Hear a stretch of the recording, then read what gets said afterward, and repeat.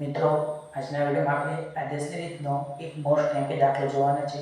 તો વિડીયો ચાલુ કરતા પહેલાં હજી ચેનલને સબસ્ક્રાઇબ ના કરી હોય તો જલ્દીથી ચેનલને સબસ્ક્રાઇબ કરો અને નોટિફિકેશન પર ક્લિક કરો કે જેથી કરીને આપણે કોઈ પણ વિડીયો મૂકીએ તો સૌથી પહેલાં તમારી પાસે આવે.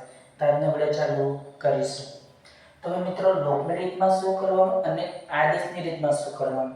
તો લોગની રીતમાં શું કરવાનું?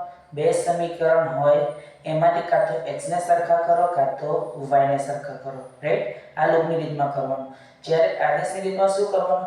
કાં તો સમીકરણ 1 માંથી x કાં તો y ને કરતા બનાવો, કાં તો સમીકરણ 2 માંથી x કાં તો y ને કરતા બનાવો, રાઈટ? જે સમીકરણ ઈઝી હોય એમાંથી આપણે x કરતા y ને કરતા બનાવીશું. તો જો આ દાખલા આપણે આદેશની રીતે ગણવાનો છે.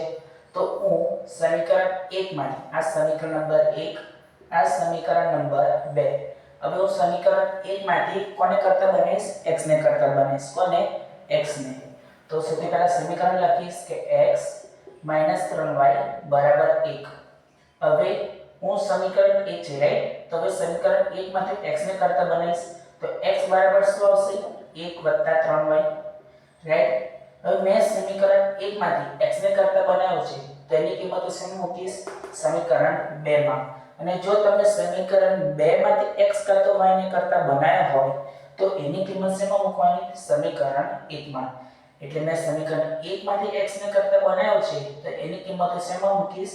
સમીકરણ 2 માં, રાઈટ?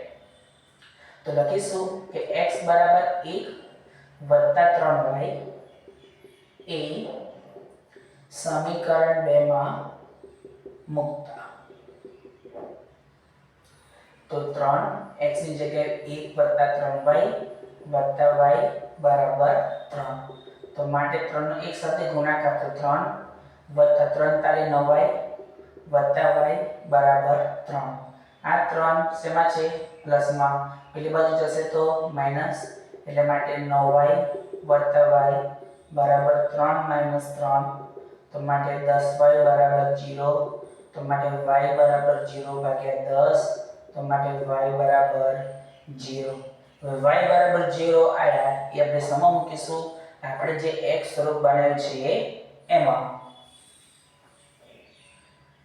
તો આપણે લખીશું કે y બરાબર 0 એ x બરાબર 1 + 3y માં મૂકતા.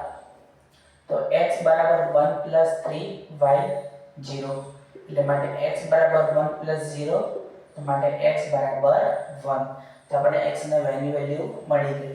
તો આપણે લખીશું કે આમ આપેલ સુરેખ સમીકરણ યુગ્મનો ઉકેલ x બરાબર 1 અને y બરાબર 0 છે. તો મિત્રો, આજના વિડીયોમાં આટલું જ. કાલે ફરી એક નવા વિડીયો સાથે મળીશું.